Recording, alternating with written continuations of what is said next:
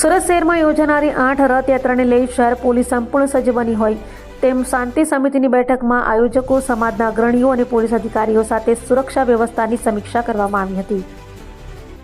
સુરતમાં આગામી ગુરુવાર અષાઢી બીજના રોજ 8 સ્થળે નીકળનાર ભગવાન જગન્નાથજીની રથયાત્રાને લઈ પોલીસ એલર્ટમાં આવી ગઈ છે. સુરતમાં 8 સ્થળોમાં વરાછા ઇસ્કોન મંદિરની અંદાજે 8 કિલોમીટર લાંબી રથયાત્રા ઉપરાંત મૈદરપુરા, ઉધના અને સેક્ટર 1 વિસ્તારમાં પણ રથયાત્રાઓ નીકળશે. આ આયોજનને લઈ શાંતિ સમિતિની બેઠક યોજાઈ હતી, જેમાં આયોજકો, વિવિધ સમાજના અગ્રણીઓ અને પોલીસ અધિકારીઓ હાજર રહ્યા હતા. બેઠકમાં તમામ રથયાત્રાના રૂટ, સુરક્ષા અને ટ્રાફિક વ્યવસ્થા અંગે ચર્ચા કરવામાં આવી હતી. રથયાત્રા દરમિયાન શહેરભરમાં ચુસ્ત પોલીસ બંદોબસ્ત રહેશે.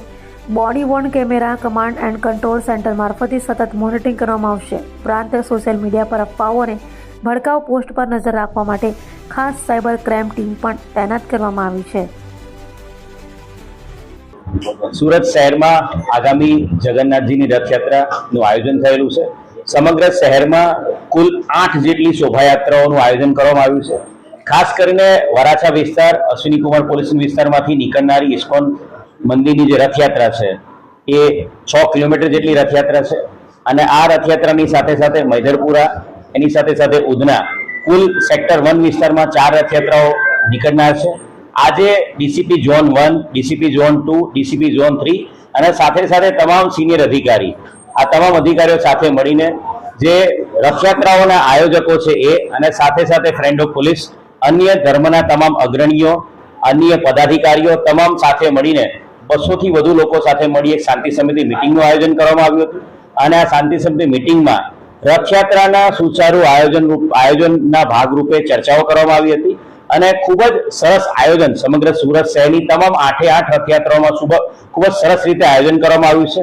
પોલીસનું તમામ રથયાત્રાના આયોજકો અને તમામ અગ્રણીઓ સાથે ખૂબ જ સરસ ટાઈઅપ અને લાઇઝનિંગ થઈ ગયેલું છે.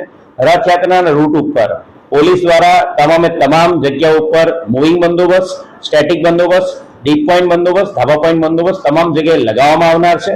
આની સાથે સાથે રથયાત્રામાં પોલીસ બોડી વોર્ન કેમેરા સાથે સજ્જ કરીને એને તૈનાત કરવામાં આવશે.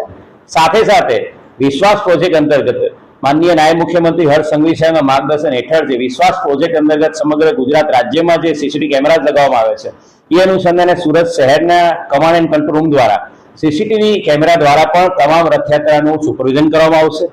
એની સાથે સાથે જે સોશિયલ મીડિયા છે એનું મોનિટરિંગ કરવા માટે પણ સ્પેશિયલ ટીમ સાયબર ક્રાઇમમાં તૈનાત કરવામાં આવી છે.